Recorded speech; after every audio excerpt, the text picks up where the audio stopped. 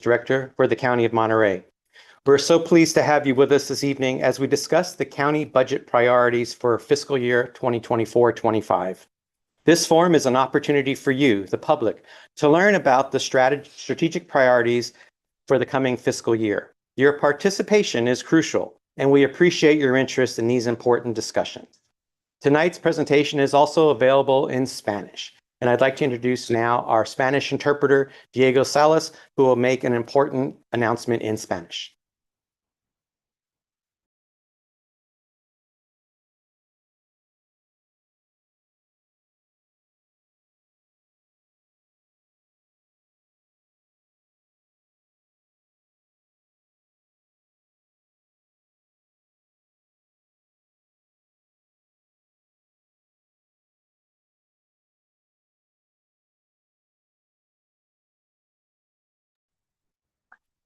Thank you, Diego. Let's have the Spanish announcement.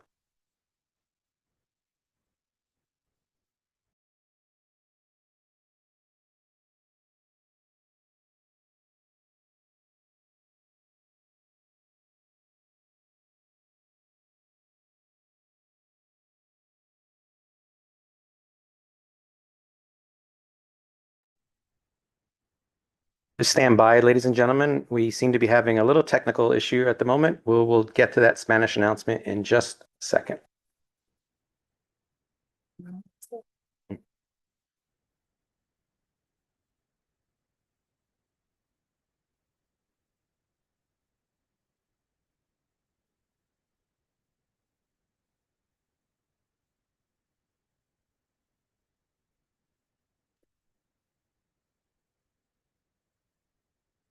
All right. So we do have Spanish interpretation available. We are waiting for just a moment to find out where the connection problem is. So please be patient. We apologize for this inconvenience.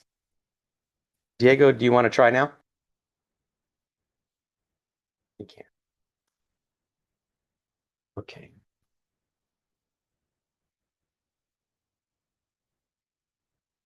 Okay, Anna, can we try your mic?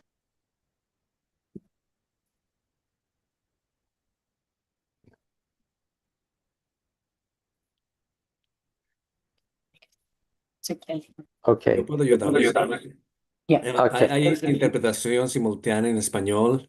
Si desea escuchar la transmisión en español, puede seleccionar el icon que se llama interpretación y ahí puede llegar al cuarto donde está Diego Celis y también Ana, quienes les van a ayudar a la interpretación en español. Por favor, hagan eso y por eso es que no los podemos escuchar porque ellos están en ese otro cuarto.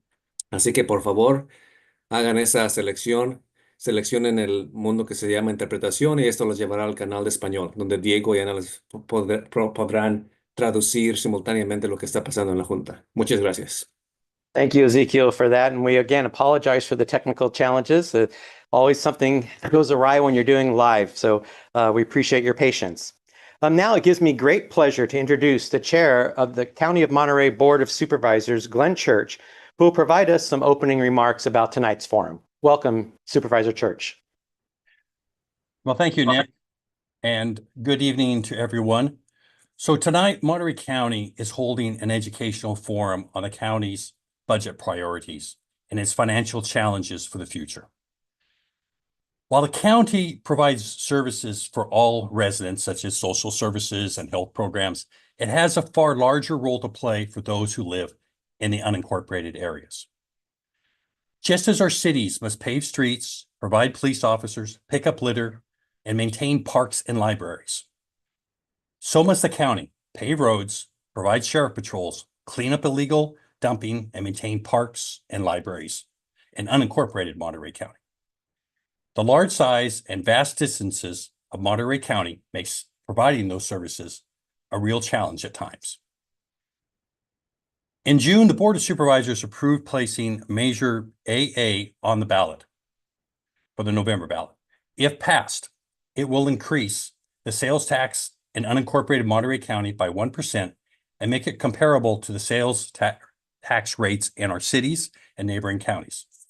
Monterey County's unincorporated currently has the lowest sales tax rate compared to those areas. Because the sales tax only affects unincorporated residents, only unincorporated voters can vote on it. Voters who live in the cities will not be able to vote on this measure. The Board of Supervisors also directed that these sales tax revenues should stay for services in unincorporated Monterey County.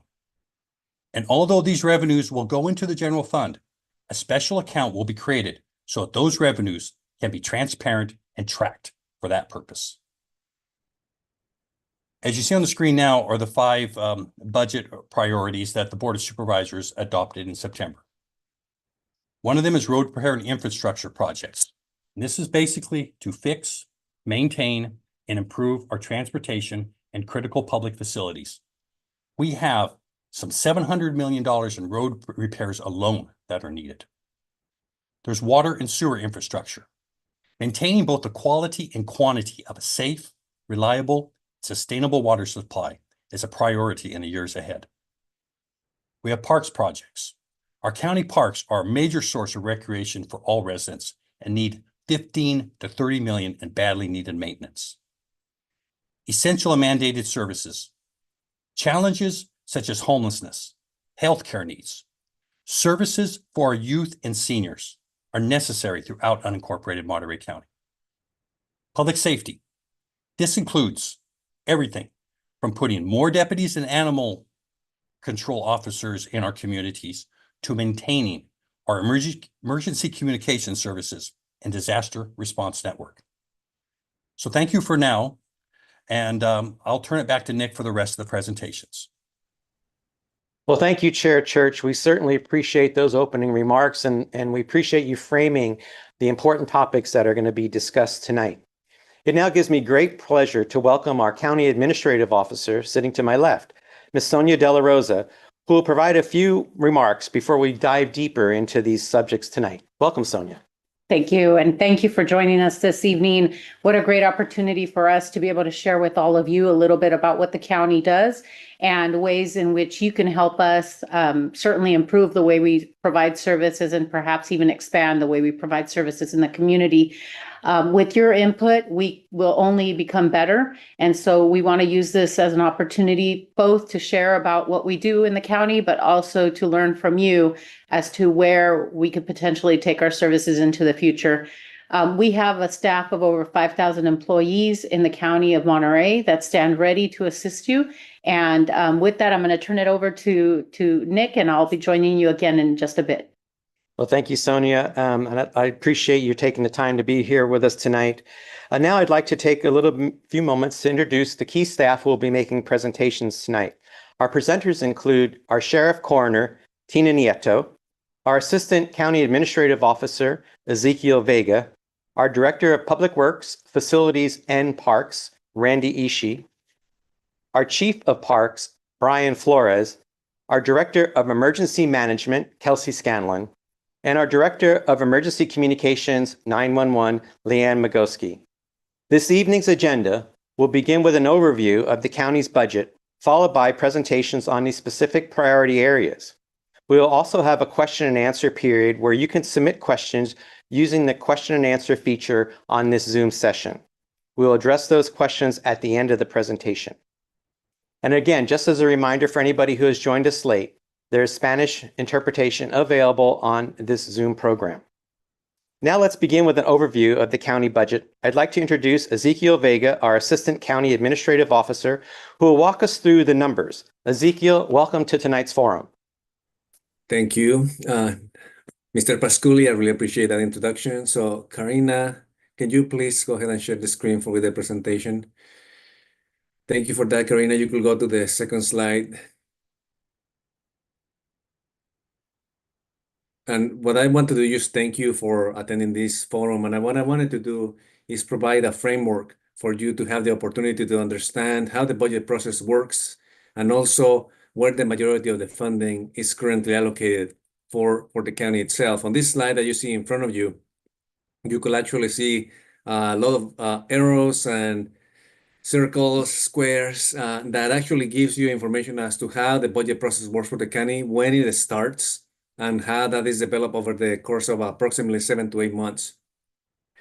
Typically, we start this process by developing a forecast that starts in November. So we're almost upon that process. We're going to start next month in developing the forecast for next fiscal year.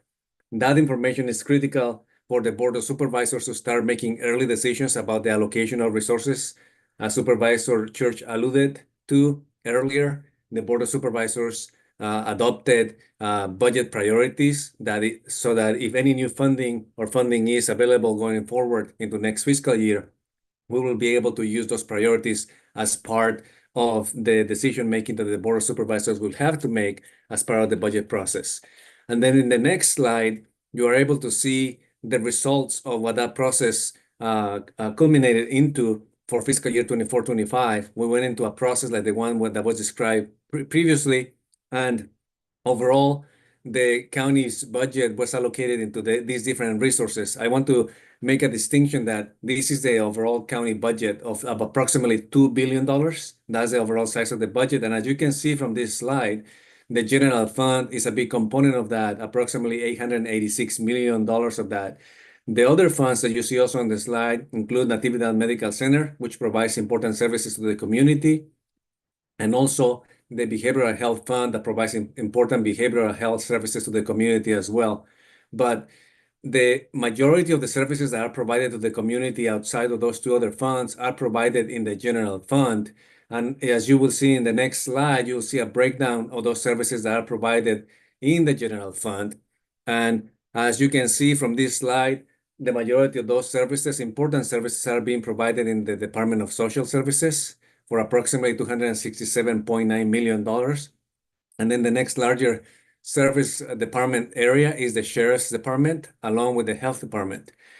So as those budget priorities are being adopted and the budget is being developed, this is how the allocation throughout the years has been made to these different funds. And some of the allocations that you will see here are not necessarily discretionary to the Board of Supervisors. I wanted to make that very clear as well. A lot of the funds that are received, for example, in social services and in the health department, those are what we call program revenue.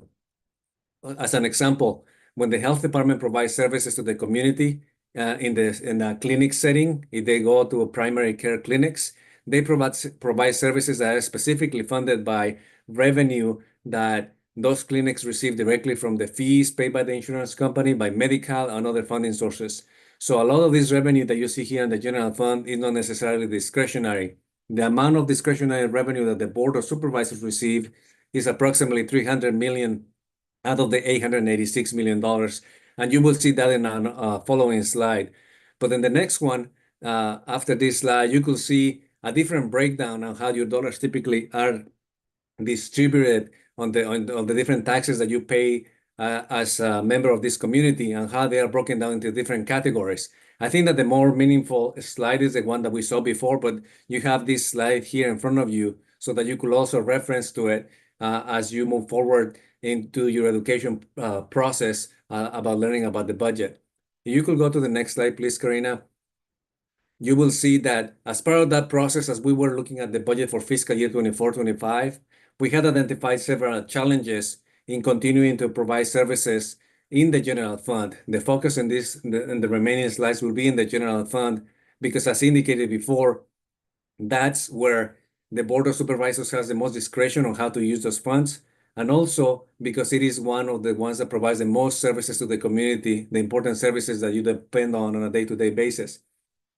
As you see on this table, we were facing challenges of potential deficits into the current fiscal year and also in the upcoming fiscal years. As we have worked throughout the process of the budget process throughout the last few months, we actually were able to resolve the deficit for fiscal year 24-25 and adopted a balanced budget. In addition to that, we have also refined our estimate for fiscal year 25-26, and currently we estimate that we could potentially face a deficit estimated at $20 million for fiscal year 25-26. As we go into the process for fiscal year 25-26, we will be able to refine and provide a new estimate to the Board of Supervisors so they could make informed decisions as we move into the budget for the fiscal year 25-26. And then on the next slide, Karina, you could see that this is what I was alluding to earlier. When you're looking at the general fund itself, you could see that revenues in the general fund continue to grow. But unfortunately, the expenditures are growing at a much faster pace than these revenues are growing. And when you look at the portion of this on this chart, that is, you see that orange line, that is the portion of discretionary revenue out of the total $800 million of total revenue in the general fund. So approximately 1/3 or so of the total revenue in the general fund is what is called discretionary, and where the Board of Supervisors has more discretion. So if new funding is available in the general fund into the future, that will add to that portion of the discretionary revenue that you see there. And then the board will have more discretion as to how to potentially direct those funds to be spent into the future. So with that, that concludes my presentation. I know it's very quick and short, but I just wanted to make sure that you had the highlights as to how the budget works. And I'll be glad to answer any questions at the end of the presentation. Well, thank you, Mr. Vega, for that budget overview. We certainly appreciate you going into that depth, and it's very informative for everyone, I know. Now we'll move to our presentations on the county budget priorities. Let's start with public safety, and I'd like to invite our Sheriff Coroner, Tina Nieto, to kick things off. Tina, welcome this evening. Thank you, Nick, and thank you to the public that's watching. With me tonight, I also have my Undersheriff, Keith Boyd, to talk about specific budget stuff. But since this is an educational format, I just want to remind the public that's watching the statement of the Sheriff's Office before getting the budget. The Sheriff's Office is actually the Chief Law Enforcement Officer for your county, and it's actually established by the California Constitution, Article 11, Section 1, Subdivision B, and by statute, by California, our Government Code Section 24000. The sheriff is charged with preserving the peace, enforcing criminal statutes, investigating known or suspected criminal activity, and we're charged by statute to duly serve various forms of civil process and to operate the county jail. In addition to that, in this county, the sheriff is also the coroner, and our coroner's duties are defined by California Government Code section. It starts with Section 27400. So you can see that the Sheriff's Office is a multifaceted law enforcement service agency that is governed by statute, that the California Constitution says that these are the things that the Sheriff's Office shall do. Can you move to slide 2, please? So to summarize our priorities, looking at the budget, our budget priorities, obviously the number one priority is the Hernandez settlement. This is a federal settlement that's been in the works, and it's been in the papers quite a bit. So and that's what really guides what we do within the county jail. In addition to that, we have Enforcement Operations Bureau, which provides general patrol services, investigative services, specialized unit services, and also we work with our partners, Kelsey Scanlon over at the Office of Emergency, or the Department of Emergency Management, working on emergency response to critical incidents and natural disasters. Next slide, please. Under the Correctional Operations Bureau, and why this is a priority, the Hernandez settlement started in 2015. The settlement is costing the taxpayers $1 million per year in oversight fees. These are fees that don't go into the incarcerated people. These are fees that go into monitors, that go for legal fees, and just managing this settlement. In December 22, at the end of December 22, when I came into office, we were at about an 8% resolution of action items that we have to meet in order not to cost the taxpayers over $1 million a year. In less than 22 months, we were able to bring our resolution to about 40% of the action items that the settlement has asked us. That's a 32% that we've gained in resolution. And the percentages, if you're a math person, is obviously very high. Going to corrections, the corrections priority is to obviously to resolve the Hernandez settlement in order to save money for the taxpayers. And in order to do that, we had to ask for staffing from the Board of Supervisors. And thank you, Board of Supervisors, for that, because under the old budget, they did increase our compliance unit. And just to let the public know, currently we have 13 deputies in jail training and 28 at the academy. These 41 will add a projected 82,000 plus staff hours to the jail over the next month. What the public needs to understand is that if we are not filling these positions. The Hernandez settlement by the courts force us to mandate overtime for the jails that are currently working. Again, we increased our compliance division back in 2023. The Board of Supervisors allowed us to add 1 commander, 2 sergeants, 1 management analyst, and 1 office assistant. Obviously, to get out of this or to meet the compliance needs, we have asked the board for additional personnel, but that is a board decision. Can you move to the next slide, please? Next slide, please. Thank you. And mine might be delayed because I'm out of town right now. So in our Enforcement Bureau, the staff levels and corrections impact service levels and enforcement. Again, the Hernandez settlement dictates operations throughout our entire agency because the courts have said you shall staff certain amount of people, and any vacancies that occur anywhere in our agency are going to affect the Hernandez settlement and are directly going to affect our Enforcement Bureau.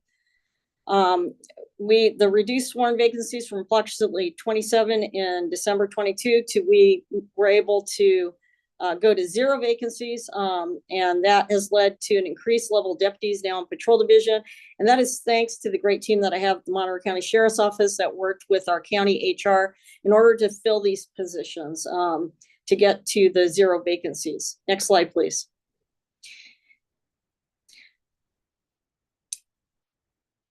Next slide. Thank you. Staffing, any reduction in staffing impacts our county. Our county is 3,800 square miles. And countywide, there's usually only 8 deputies on duty countywide, plus 1 sergeant. For any county of our size, that is a very lean county. We've been operating like that for decades in this county. And again, this has to do with the Hernandez settlement and the courts dictating where our personnel shall go. You can see on this slide that we have 2 deputies in South County Station, 2 in Coastal Station, and usually 4 in Central Station. And they can respond to any place in the county should we have to send deputies that way. Next slide, please. And the enforcement section, what enforcement does that the taxpayers need to understand is that enforcement runs all the investigative services. This includes all the violent crimes, the property crimes, cannabis, auto theft, the coroner's office. We also have specialized units that cover the entire county. So not only does the county have to do the coroner stuff, law enforcement, but we provide the SWAT team, we provide the bomb unit. By government code, we are the search and rescue for the county, the dive team, and we also provide air operations. Not all law enforcement agencies do that. That is your county sheriffs that have those responsibilities based on the California Constitution and California Code. In addition to that, we are the primary responders to any emergency response to critical incidents and natural disasters. We saw that 2 years ago with all the flooding that we had in the county and the Power incident. With that, I'm going to turn it over to my undersheriff real quick. If you have any brief things, Chief Boyd or Undersheriff Boyd, that you'd like to add. No, Sheriff, it's a team effort countywide. The county's staff across all the departments and offices work in collaboration with your board for the public to ensure that the county is represented. And as noted, Sheriff, reduction in funding impacts our ability to deliver all the services that you've discussed. And that could impact the community's long-term public safety. And so I think we covered it pretty good. All right, with that, I'd like to introduce Kelsey Scanlon. She is the Director of Emergency Management. Also, I want to apologize to those who are watching. I do have to step away. I do have meetings this evening. I'm out of town on business with my undersheriff. So thank you, Supervisor Church, and thank you to the rest of the county team. All right, thank you, Sheriff, and welcome, Kelsey. Hello, thank you so much for having me this evening. My name is Kelsey Scanlon. I'm the Director of Emergency Management. Thank you. For the Monterey County Department of Emergency Management. Our agency is charged with preparing the community for natural, man-made, and technological disasters. We are also charged with the responsibility of preparing the unincorporated agencies as well as our municipal subdivisions in their ability to respond to emergencies. We are also the agency authority on recovery activities, whether they be in the public infrastructure areas or as well as the residential and business recovery.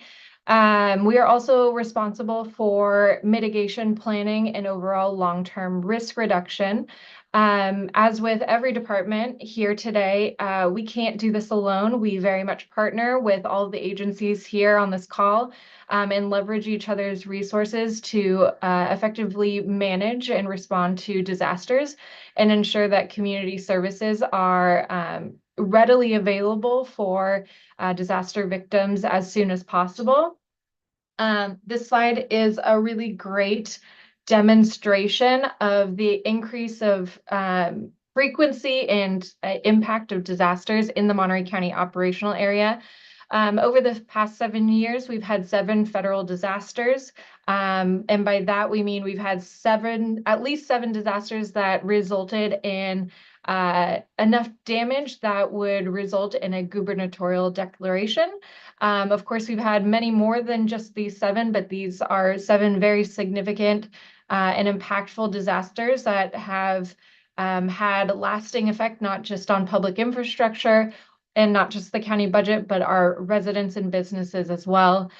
Throughout each of these emergencies, the Monterey County Department of Emergency Management is responsible for operating the Emergency Operations Center, which is a collection of agencies that coordinate and collaborate on how best to overcome some really significant challenges and on how best to acquire resources and share those with the community and to provide direct community service to reduce overall suffering, reduce economic losses, protect lives and property, obviously not in that order, and overall to serve as the lead emergency management agency in the Monterey County area.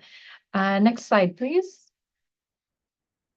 Some of the things that we are looking at long-term, in addition to creating a very fundamental emergency management program that is able to respond effectively and leverage federal, state, and local resources in a timely and efficient manner, we are looking at some really exciting and innovative projects in the area that I think are whole community and all-encompassing in that we look at a spherical perspective and approach to increasing community resilience. And so some of the things that we're looking at doing are increasing our direct services in the community during a disaster. A perfect example are temporary evacuation centers, emergency shelters, commodity distribution, as well as enhancing our public information, specifically through the emergency alert and warning system, and ensuring people have information to make critical decisions about their life and safety, and having as much information that they need to do so. Developing somewhat bespoke disaster recovery services specifically for individuals and households in terms of financial cost recovery. We're looking at doing more direct education into the schools in terms of youth preparedness and teaching at a young age what it means to be resilient, not just day-to-day, but also during disasters, essentially inciting a cultural paradigm shift of disaster preparedness. We're looking at reducing the overall risk to residential structures by implementing mitigation strategies on private property at a reduced cost for the property owner, which is great for the property owner, increases resilience, reduces potential losses, likely reduces overall insurance premiums. And then ultimately, we're looking at expanding our community response team program so that everyone is empowered in knowledge, skill, and ability to not just help themselves, but help their neighbors in their community. We're really excited about all of these initiatives and hope that not only does it reduce the overall impact on the community and increase resilience, but overall reduce the impact on our budget. There's a super fun statistic that FEMA has put out. For every $7 of mitigation, that we invest, we save, sorry, other way around. For every dollar that we invest in mitigation, we save $7 in response. So we're really excited about these and look forward to the coming years as these programs roll out. Oh, sorry. And now I'd like to introduce my colleague across the hall is Leanne Magoski, our director for the Monterey County Emergency Communications Department. Thank you, Kelsey. And if we could get those slides up. For those of you that are not familiar with emergency communications, we're also affectionately referred to as the 911 department. As the director here, I do really want to explain that we provide 911 non-emergency call answering, law enforcement, fire protection, and emergency medical dispatch services for over 30 public safety agencies for the community. So it's a lot more than just 911, but likely if you have called 911 in this county, you've either talked to a dispatcher here in our department, or you've probably talked to CHP. But if it's been more than just traffic, you've probably interacted with one of our dispatchers. When we talk about budget priorities for a 911 department, it really comes down to positions. So currently we have 56 dispatcher positions, 9 shift supervisors, and 10 administrative positions. And that's everything to manage all of our technical systems into all of the management that can handle it for 24/7 operations. Next slide, please. One of the things that's very important to understand about the things that those budgeted positions provide is looking at what we did last year in 2023. So on average, if you can see on the left side of your screen, on a daily average, the dispatchers here take 1,964 calls a day, with a majority of those being non-emergency calls, but a great portion of those also 911 emergency calls and 10-digit emergency calls. That results in events generated into our computer-aided dispatch or CAD system. And on a daily average, we are creating 1,076 law events for all of the public safety agencies, 156 fire events, and 128 medical events on a daily basis for an average in 2023. We are something that people often don't think about, but want it to be there when they have that emergency. And so a few information so that you can share and know information is that we do all of this work that I just talked about, primarily from a 24 station center here across from the Department of Emergency Management. And we also have a 12-seat backup center where primarily our EMS dispatch is provided. That means at any given time in this county, there are 12 to 18 dispatchers working 24/7, 365 days a year. And that includes the consistent monitoring of 6 law channels and 3 fire channels. Some information to know about 911 is, depending on where you're at, you're either going to be speaking with the California Highway Patrol, Carmel Police, or Monterey County when dialing 911. Due to road noises and the quality of the connection, it may be difficult for the dispatcher to hear you, especially if it's a road event. So please be patient and answer the questions. And we constantly do try to improve things, but as everybody knows here in the county, we're only as good as our connectivity with our cellular carriers.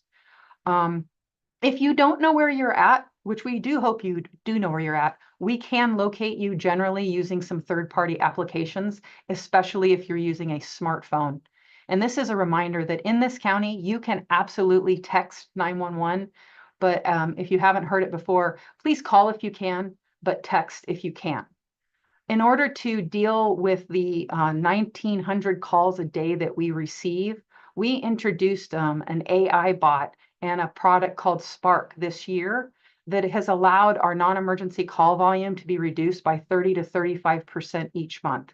This means that dispatchers can spend more time focusing on emergencies, both on the radio and on the phone. Next slide, please.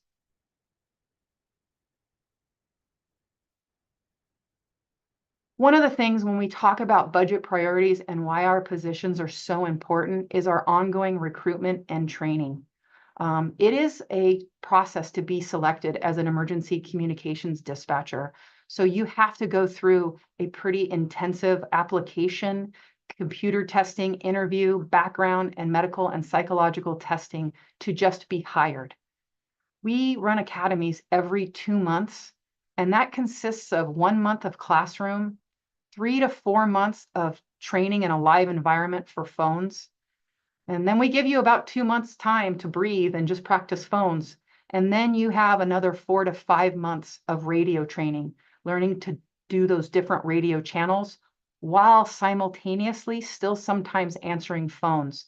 So when I refer to that AI bot, that's why we're very thankful for that AI bot, so that we can focus on those radios and those emergencies. And then the promotion time it takes to get to that journey level dispatcher, and I apologize for the error in the slide. It says average training time promotion. It should say 12 months, not 1 month. I certainly wish it was 1 month. But we currently have 11 in training. We still are hiring for those that may be interested, and we have a current vacancy rate of 19%. We are here for you in your worst times, and we will continue to be here. And thank you very much. And I will return this to Nick. Well, thank you so much. We appreciate all the work that our public service agencies are doing here in the county, and we want to thank you guys for your time this evening, and stick around because we'll have some questions for you at the end. Next, we'll hear about road repair and infrastructure. I'd like to invite Randy Ishii, the Director of Public Works, Facilities, and Parks, to speak. Welcome, Randy, to the forum this evening. Thank you very much, and good evening, everyone. As Ms. Bakanovich brings up our PowerPoint presentation, it lends itself to a brief about the department. The department has the staff who maintain the county's roads through the county road crews, the maintenance crews that is, engineering staff who design the drawing plans, the construction specifications, and oversee construction contractors for contracted work. It also contains the county surveyor's office, traffic engineering, as well as special districts. Our facility side maintain all the county's buildings and grounds. And in brief, and whom I'll introduce shortly, is our parks chief, Brian Flores, who oversees all the county's parks from in the North County, including Royal Oaks Park, all the way to the recreational lake facilities in the South County. In this exhibit before you, it represents the county and one of our recent condition assessments of all the county's roads.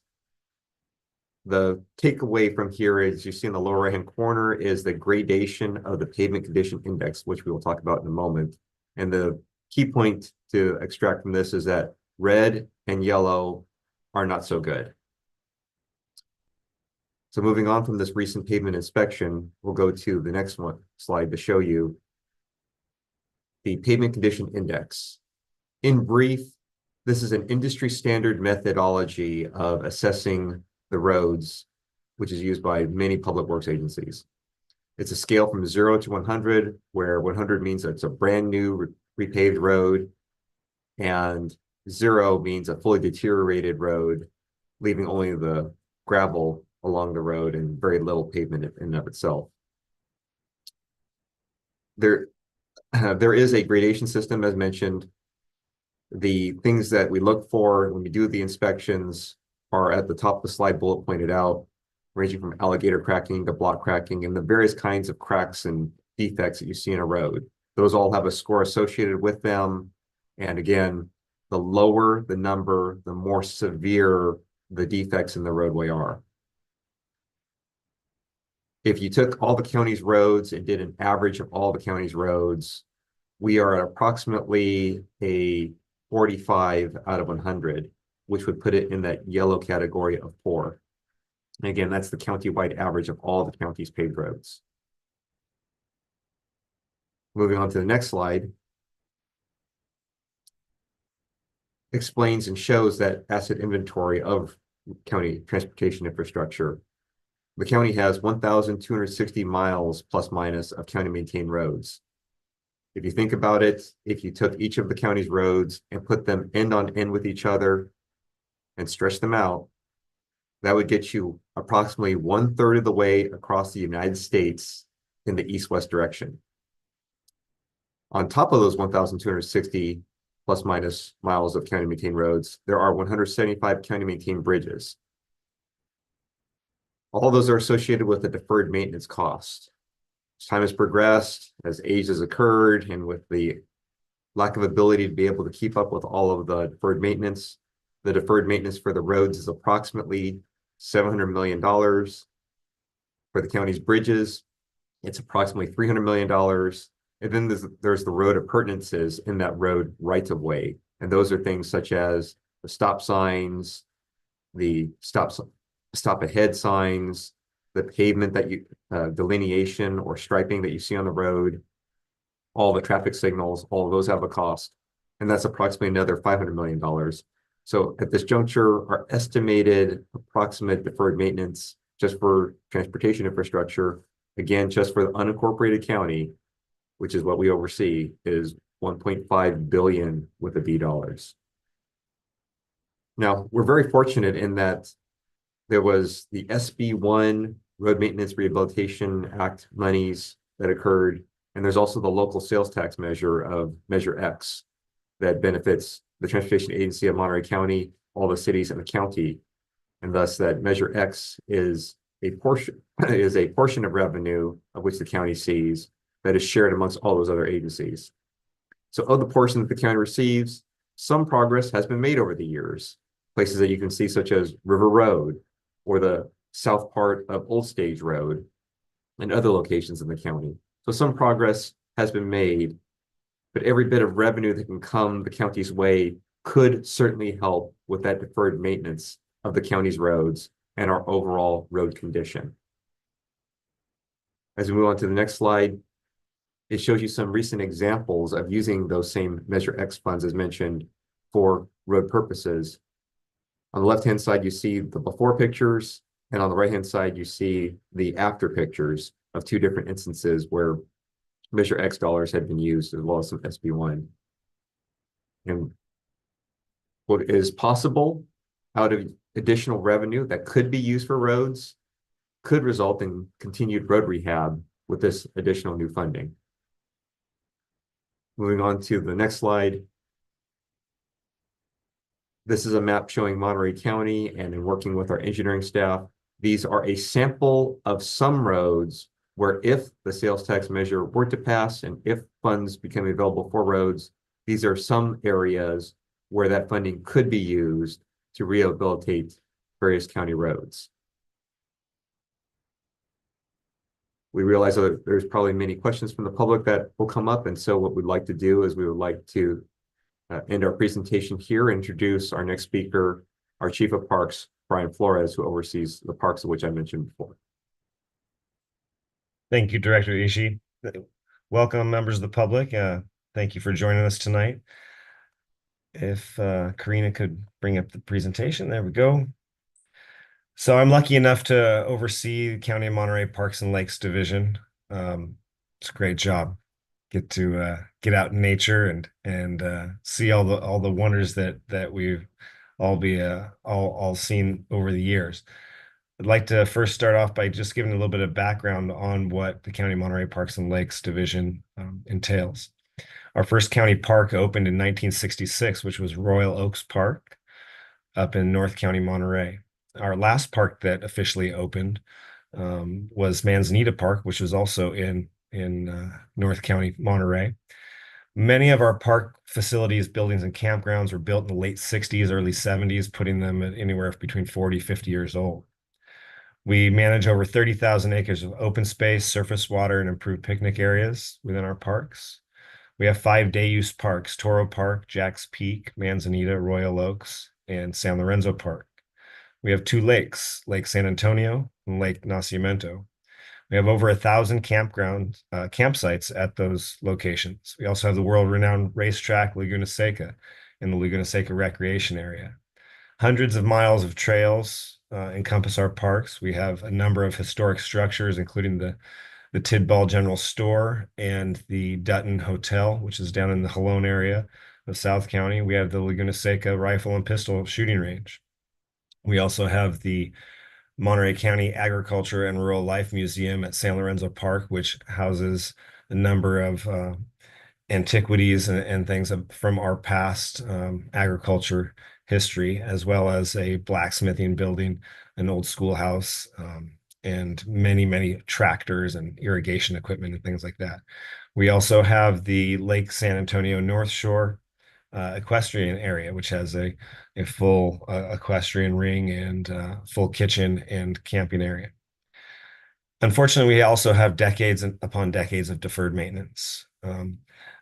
Anywhere from $15 million of known deferred maintenance all the way up to $30 to $40 million of maintenance that we know is there and are still assessing.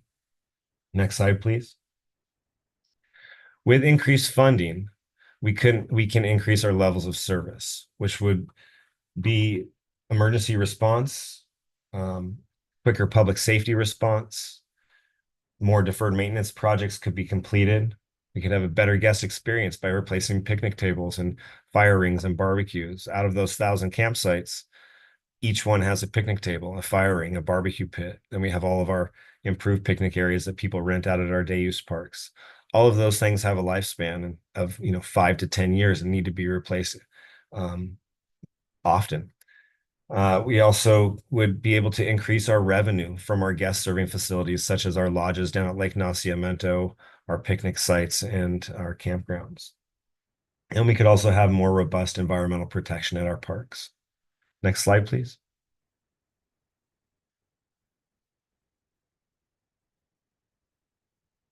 Unfortunately, in 2020, we had one of the worst wildfires that Monterey County has seen.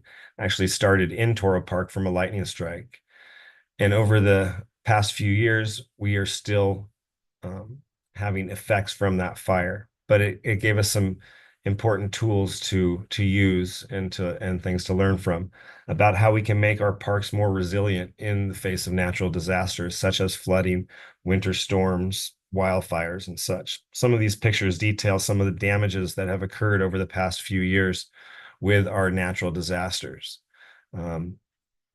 We would like to use additional funding for reforestation purposes, for better fuel management, for better trail management, getting goats in to do the great work that they do of eating down the overgrown bushes and vegetation, as well as helping us remove invasive species.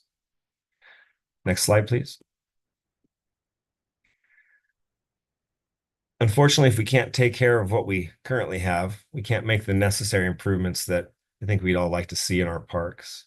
With additional funding, we can do things such as all-inclusive playgrounds, accessible trails, make improvements and upgrades to our camping areas, such as with glamping or putting in 50 amp electrical pedestals for RV camping.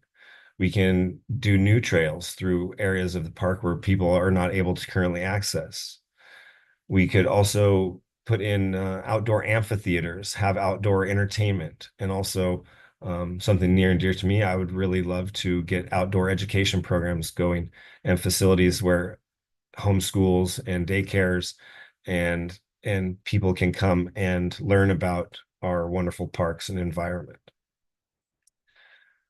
So with additional funding, we can take care of the deferred maintenance. We can have better response to our guests and help them have a better guest experience, as well as making necessary park improvements and recreation enhancements. So that wraps up my presentation, and I appreciate your time. All right. Well, thank you so much to all our presenters for these insightful presentations. And now we're going to move into our question and answer portion of this evening. Our communications team has compiled the questions that have come in from the public. We've received some questions in advance as well, and we'll do our best to answer as many questions as possible based on the time we have. If we do not get to your question, please know that we will respond to those questions and post them on our county website or in our social media platforms. So we do have a couple of questions that come in, and one is related to Public Works. So I want to give Randy enough time to unmute his mic, and also maybe Ezekiel, who might have input into this as well. So it says, of the 77 million allocated to roadway work, how much is for new construction? This is an excellent question from the member of the public. There's also a lot that is packaged in that question. we must recognize that there are definitions of the kind of work that we do. And so when someone such as a public works official like myself sees the wording new construction, the state definition used by public works agencies for cities and counties, think of new construction under its definition by the state as constructing a new roadway where one did not exist before. That may not be the intent of the question, and so I'll go to the larger picture of the rehabilitation and replacement needs in that $77.8 million, thereabouts, approximate number. So that call it $78 million figure is the annual budget that's shown in detail in the publicly available recommended budget book and adopted budget of the County of Monterey, available on the county website. And one would look to the annual work program for road fund, which fully describes, lists out, and gives the marching orders for the use of the county's dollars, again, for road fund purposes. A lot of that's funded by, as I mentioned before, gas tax, Measure X, or SB1, with some amount of transit occupancy tax that does come with it. Now, the $77 million figure, as I mentioned, has a lot packaged in it. And as you look at the detail in the annual work program for road fund, you'll see that there is the combination of maintenance activity done by maintenance crews. You'll see road rehabilitation work. You'll see work for local community streets, such as the community of Castroville, as an example. And you'll see traffic safety projects. And on top of those, you will see bridge projects. And so bridges, as well as some transportation safety projects, involve grants. And so the $77 million figure doesn't represent all the funding that comes to the roads every year. That's a reliable funding source. The $77 million represents all the grant funding that has come in to fund those bridge projects or highway safety projects. An example of those is the Robinson Canyon Road Bridge scour repair, which is a bridge out in Carmel Valley. And that is 2.1, call it $2.2 million, by and large of which is funded through federal grants. That's not, here again, a one-time funding source that went in through a grant. It's not part of the road fund revenue that comes in consistently. There's also the Hartnell Road Bridge Replacement Project, just south of Salinas, and that's approximately $2.7 million. Here again, funded primarily through federal grants. There's some other safety projects that I mentioned, such as the Salinas and Pajaro Road Highway Safety Improvement Project, funded project that's funded through, here again, a federal grant with a little bit of local match from the county itself. And what's important about all those grants I mentioned, which you'll see in that document, is largely funded through these one-time grants. Those one-time grants must have that funding applied for that specific purpose, for that specific project. So a bridge project that won bridge grant dollars cannot have the grant funding repurposed for something such as repaving a road. That would violate the terms of that grant. And so the grant funds must be used for those grant specific purposes. We mentioned the maintenance crews earlier, and for contextual purposes of that $77 million for this fiscal year, approximately somewhere around $13 million to $14 million is for funding the road maintenance crews for the everyday purpose of which they do of patching potholes, trimming trees, or providing emergency support for law enforcement and other first responders if there is a need for a road closure or for incident management.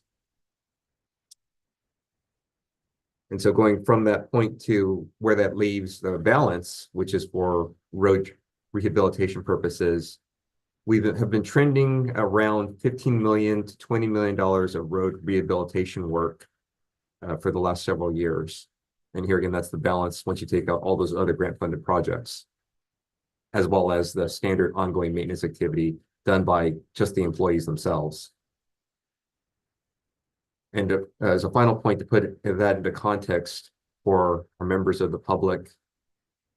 In this county, based on our bid canvases and the trends that we have seen and we've been cataloging, to chip seal a road or slurry seal a road, depending on the conditions of the road, it's been anywhere from $250,000 to $500,000 per mile to do that. For repaving a road in this county, it has trended at around $1 million per mile. And to reconstruct a road, such as if you looked at Harkins Road, just south of the city of Salinas, that came to a little bit north of $2 million per mile. So every bit of funding that comes to the road fund for road purposes certainly does help. We have over $700 million for maintenance on just the roads. Every little bit helps towards accomplishing that goal of making our roads in a better condition. And I'll hand the floor back to you, Nick. Thank you. Thank you, Randy, for that very thorough answer. Appreciate that. We have a question for Leanne. So the question is to confirm 911 gets that many calls, 1,964 calls daily just in Monterey County, or is that a stat including areas outside the county? Thank you for the question. It is actually just for this department. There are other 911 departments in the county. So that was the average amount of calls that we took. All right, terrific. Thank you very much for that, Leanne. Appreciate it. We have another question. It's a little bit long, so bear with me. It says, hi, you haven't really addressed the dire need at our Combo County City Animal Shelter. We need endless needs every day. More rescue animals need help.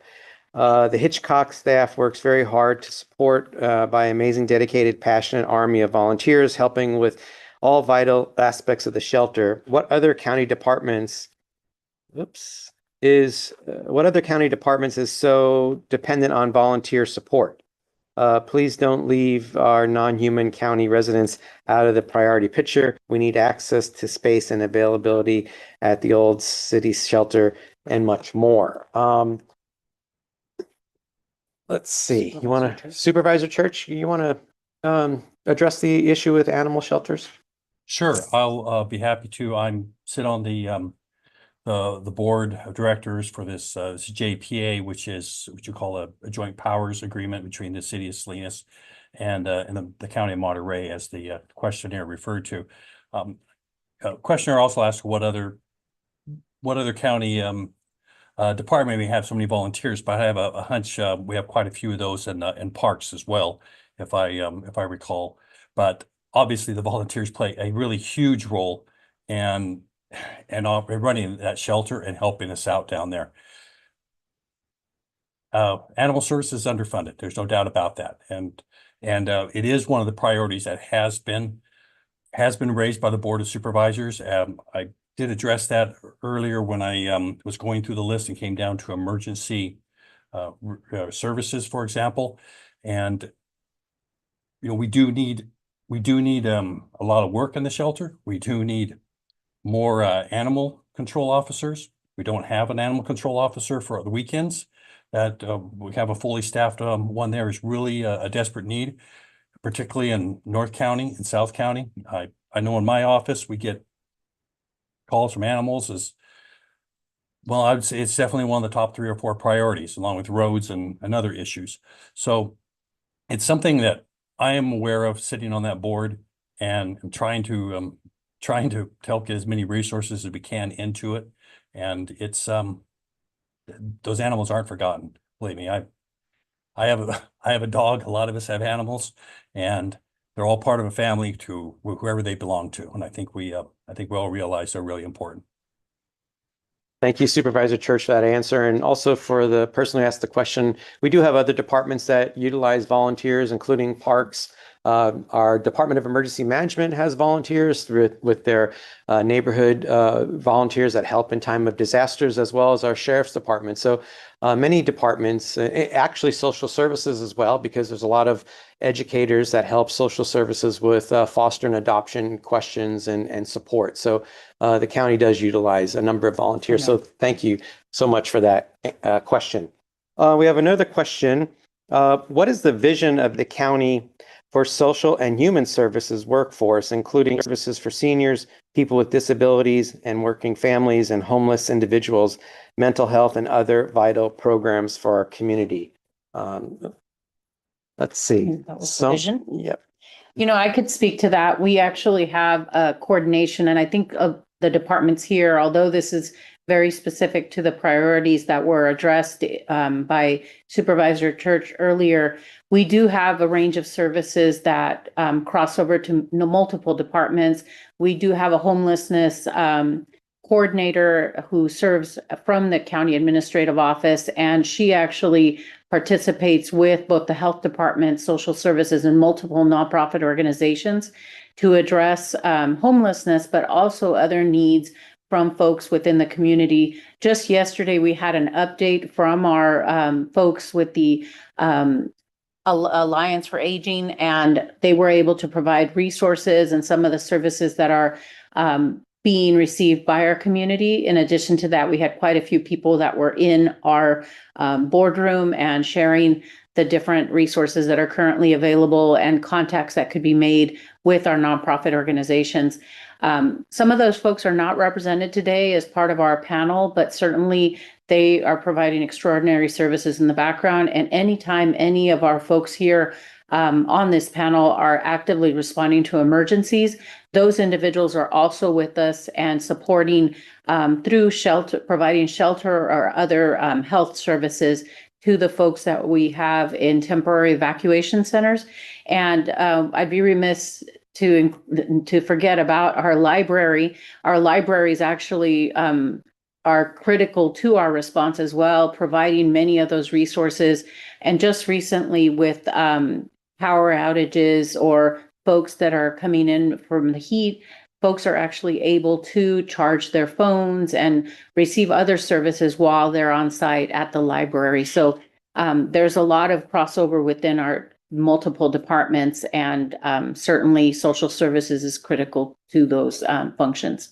As a matter of fact, just this last week, the library in Carmel Valley played an important role with the Piney Fire and being a temporary evacuation point for residents there to get services and get refuge. So again, thank you very much, Sonia, for that. We have a question for our Department of Emergency Management. It's an interesting question. What does the Department of Emergency Management do when there isn't a disaster? That's a really great question. It's one we actually often get. Well, so one of the things that we do is we manage and maintain the Monterey County Emergency Operations Plan, which is the governing document and is ratified by the Board of Supervisors, and essentially outlines the county's intentions and commitment to respond to natural disasters as well as technological and man-made disasters. And it outlines the roles and responsibilities of each of the agencies, what type of services they'll provide, what types of triggers are identified for activating those services, and who has authority to do what. It also outlines how we access state and federal resources in the event that we've exhausted all local resources, and essentially commits the county to the standardized emergency management system within California, as well as the National Incident Management System federally and nationwide. We have approximately, I believe, 13 annexes to the emergency operations plans that are hazard focused, and then a handful that are specific response capability focused, such as our care and shelter plan, our coastal incident response plan. We have a tsunami response plan. We have our earthquake plan. We have a debris removal plan. And it really outlines the full breadth of services that the county provides, not just within the Department of Emergency Management, but with all county agencies and external partners as well. We also do a lot of community outreach. So you'll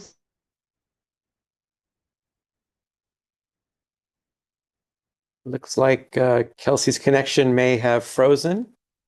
We'll give her a second to come back. Okay, we officially got the nod from our IT support folks that Kelsey's signal is frozen. So we'll hope she'll reestablish that connection here shortly. I'm not sure what happened. All right, well, you're back with us. No, we provide a lot of educational outreach, but one of the most important things that we do is we administer the emergency alert and warning system. So the reverse 911 system that allows people to receive emergency information about threats or hazards near their homes, school, businesses, and what to do in those particular events. So with that, and I'm so sorry for the technical difficulty, I'll give it back to you. All right, thank you, Kelsey, and great recovery. So part of your work in recovery, so wonderful. We do have another question that came in for you, Kelsey, at the Department of Emergency Management, and maybe for Randy as well. This could be maybe a combo question, but how do we ensure our infrastructure is resilient to potential ocean-based disasters such as tsunamis and hurricanes? And either Randy or Kelsey can. I can't really speak to hurricanes, but I can speak to coastal incidents as well as tsunamis. So we have, as I mentioned, 2 plans that outline our response capabilities, but we really do serve as a coordinating agency in terms of the actual immediate response. In terms of risk reduction, we coordinate with the municipal jurisdictions who have jurisdictional authority over their coastline. And we also work with regulatory agencies as well as public works in areas in the incorporated area along the coastline to not just reinforce infrastructure, but also to protect the natural environment as well. So with that, I'll actually hand it over to Randy because he actually does the work. I just talk about him doing the work. Thank you, Kelsey. And this was an excellent question from the member of the public. When disasters occur, which we do not prefer, but they do occur, and the reality is we need to contend with them, we do our best to incorporate resilient measures or hazard mitigation measures in the projects. So sometimes when a road fails in a heavy wet weather event or an atmospheric river, oftentimes it's because the culvert was too small, i.e. the pipe was too small to handle that amount of flow. So when we repair that road that becomes damaged from those high intensity rainfall events, they're replaced with modern day materials of county standard size, and oftentimes we're incorporating other mitigation measures such as a concrete inlet or smooth inlet, or in fire recovery areas where we incorporate a pre-filtration system to separate out various mud flows that tend to come down from what we call denuded or completely burned away areas that have no more grasses growing on them. And thus this pre-treatment system prevents that mud from getting inside of the pipe, which would invariably clog the pipe and cause even more damage to the road if, in fact, the pipe were not even there in the first place. So those are hazard mitigation measures that get incorporated post-disaster. And so we're oftentimes doing that as part of disaster recovery and response work. We are looking for grants through our partners over at Housing Community Development, HCD, and others to find other projects that could be done to prevent additional damages to our infrastructure if there is a disaster event of different kinds. So those are just a small sample of what could be done during fire recovery events and winter storm recovery events. Great. Thank you, Randy. And then even just a couple of weeks ago, after the earthquake a few miles away, you guys went out and checked bridges and all the other things throughout the county. So that's an ongoing effort on the part of the Department of Public Works, Facilities, and Parks. Looks like Randy just froze as well. All right, so we're going to move on to the next question. And these are again for the Department of Emergency Management. So Kelsey, we got you on the hot seat again. The question is, how do local agencies coordinate with state and federal authorities during natural disasters? That's a really great question. So as the Monterey County Operational Area Authority, we serve as a broker between the municipal jurisdictions and the state. for disaster resources. And so that's part of the standardized emergency management system. And this is really a flexible system depending on the scale of the emergency. So we're always mindful that we want to respond in a way that is commensurate with the threat or hazard that we're experiencing. So we wouldn't necessarily call FEMA for a single structure fire per se. And so one of the things that we do as the operational authority is we evaluate the risk, evaluate the impact to the community, and work with our municipal jurisdictions to gather damage estimates so that we can report those to the state and to FEMA so that we can meet thresholds for qualifying for certain levels of state or federal disaster. And so it's important for us to have positive and ongoing relationships with our municipal jurisdictions prior to an emergency so that they know how to best access the system. Once a disaster kicks off, we actively engage through our liaison officer to make sure that they have the resources that they need to serve their community and where the county might be able to support them in developing further services. And when both the local jurisdiction and the county resources are exhausted, we serve as that broker to access and request state resources, and the state serves as the broker between the municipal jurisdiction and the county with the federal government to access federal resources. And so it's really a chain of events and a very well-established system in which we have to leverage effectively our relationships and effective communication to ensure that everyone has clear and effective access to local, state, and federal resources. Terrific. Thank you, Kelsey. And I have a few more questions for you. This is concerning protecting vulnerable populations during such events. What measures are in place, and how does the Department of Emergency Management help to ensure those populations are taken care of? That's a really great question. So prior to a disaster, we actually do a community evaluation. We send out multiple surveys to get community input about where they think they're most vulnerable, what resources would be of value to them. But we also look at census data.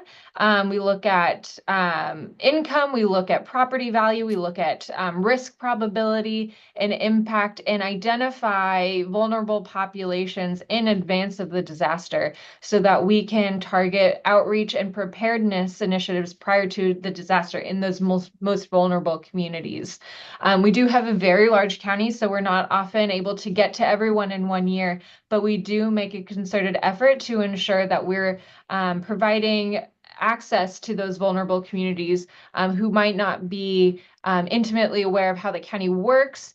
They might not be intimately aware of how we communicate. And so we're extremely mindful of that potential communication and resource gap prior to a disaster, so that when we move into a response to an incident, we're leveraging resources effectively so that the communities who need the resources are, in fact, receiving the resources and able to access them in a fair and equitable way. One of the things that we've done that's very exciting to me is we've included an access and functional needs unit within the Emergency Operations Center, meaning we have somebody who is purely dedicated to ensuring that all government disaster services are accessible for any person with a access or functional need or disability.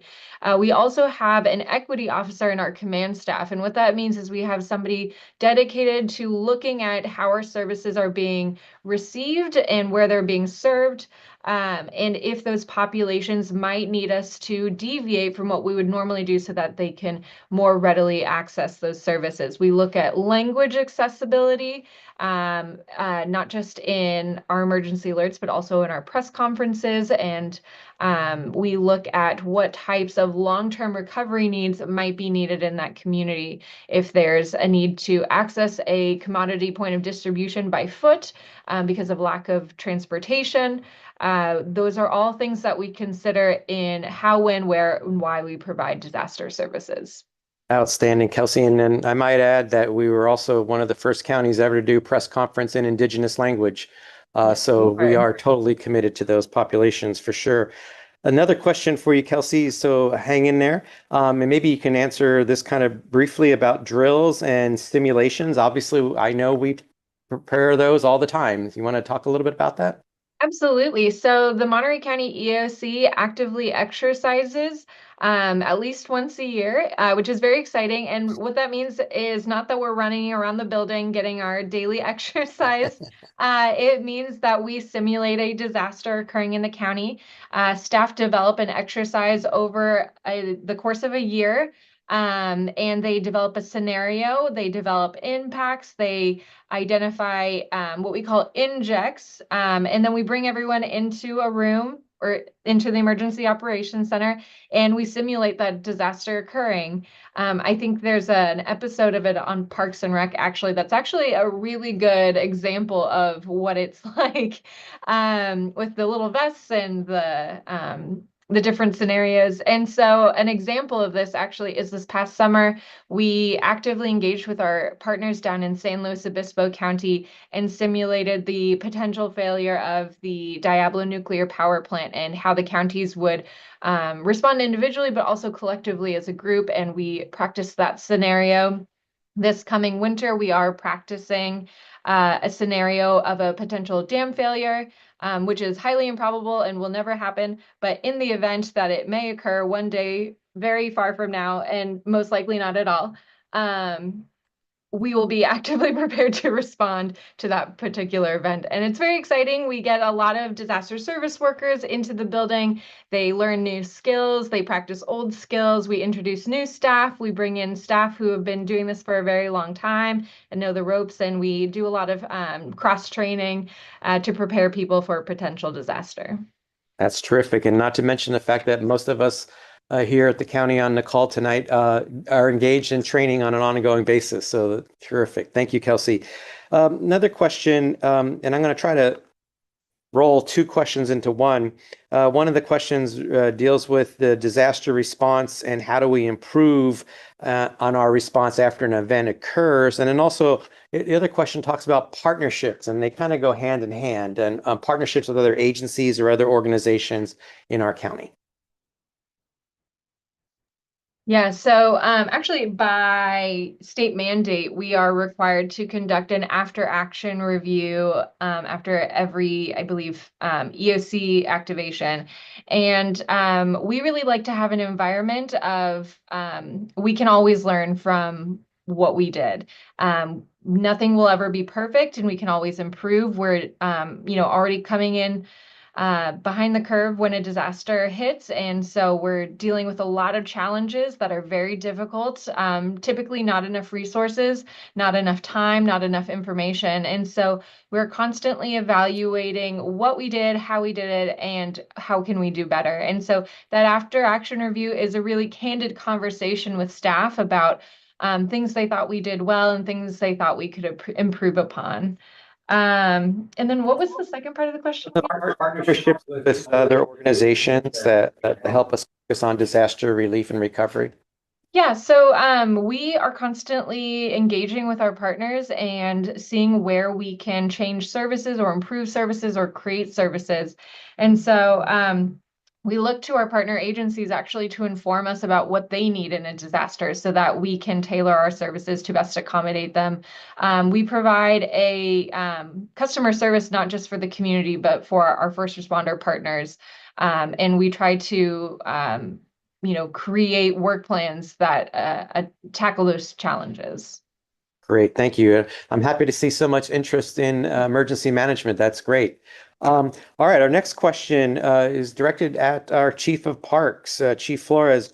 You mentioned the needs for county parks, and the question is about things that the listener didn't hear, and that is increased staffing, perhaps by park rangers who can monitor how parks are used or abused in this case, and construction of mountain bike trails and the like. So can you talk about some of those needs that you didn't get to in your presentation that would be useful and helpful to not only the parks, but our community? Sure. Thanks, Nick. Yes, I completely agree with the person who asked the question. We do need more staffing. Our parks division now is a very different parks division than it was just less than 10 years ago when it was an actual parks department. at that time, staffing was 30 to 40% greater than what it is today. Through retirements and people moving on and such, our staffing numbers have gone down. With additional funding, we would be able to start staffing back up. We can only do so much with the staff that we have, and you can only go so far and, do more with less. It only goes so far. Speaking specifically to our armed law enforcement park rangers who do patrol our trails and roads and campsites and lakes, we do need more rangers, specifically in North County. We were lucky to be able to get a North County Ranger last budget year, and we got another one this year. We are currently in recruitment for 2 additional Rangers, one for South County, one for North County. I've purchased, the county has purchased 2 Enduro motorcycles for our North County Rangers to patrol the backcountry area. When you look at Toro Park, it's roughly 6,000 acres. It's impossible for one ranger to be everywhere all at one time. And given that park has 8 to 10, I don't want to call them illegal entrances, but entrances where you can get into the park. People can come in there, and we do have issues with young individuals and adults riding motorcycles through the open space where it's not allowed. There is illegal, trail construction. When we find those, we try to do the environmental remediation to, so we don't have erosion issues. But I couldn't agree more that we do need more staffing. With additional staffing, we would be able to, provide better service to our guests, better environmental protection.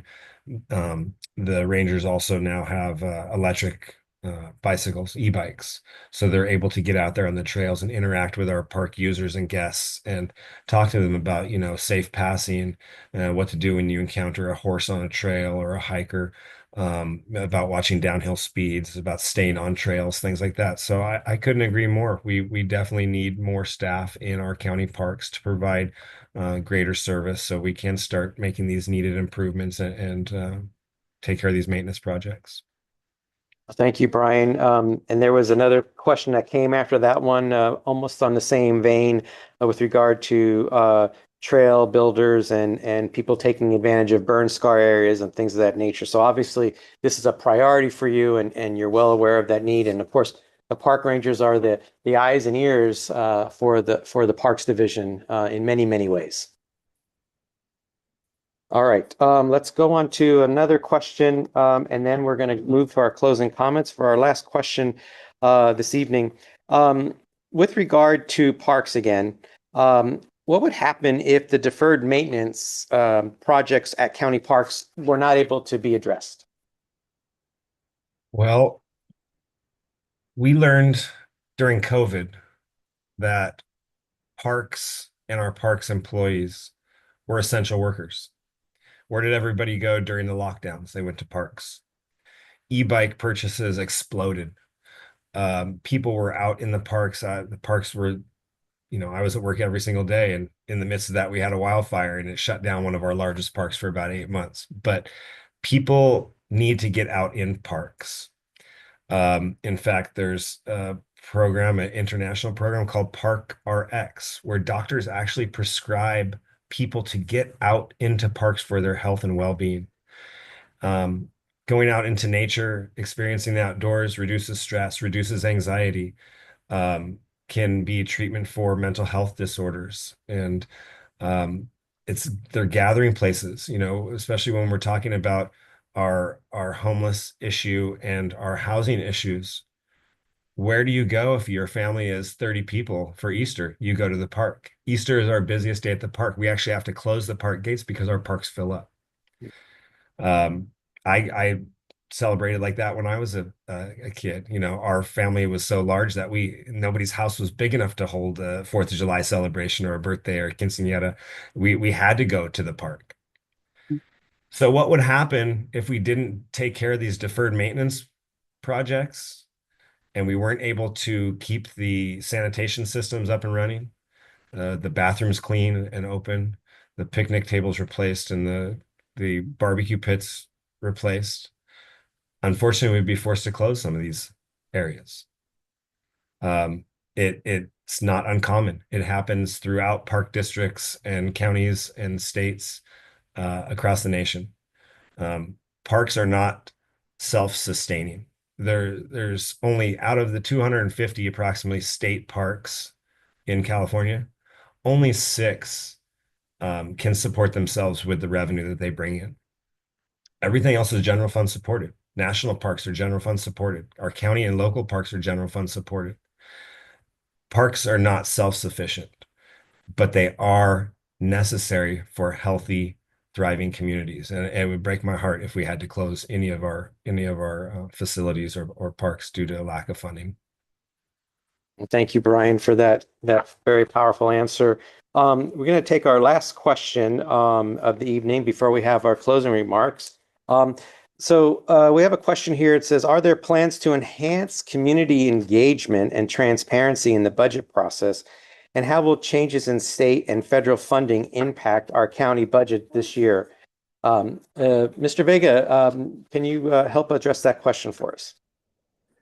Yes, in terms of transparency, the County of Monterey offers various opportunities for the public to get engaged so that they get informed about the budget process itself. So I think it is always important to have those opportunities. Last fiscal year, we had the opportunity to meet at different groups of the community for different districts and also a county-wide meeting as well. When it comes to the federal and state funding, I think it is hard to tell what the impacts could be, but if there is an indication of what occurred last fiscal year, when the state of California was projecting a significant deficit that was impacting them, we saw that a lot of those impacts will eventually trickle down to our community. So what we do is that we evaluate what the state budget is proposing.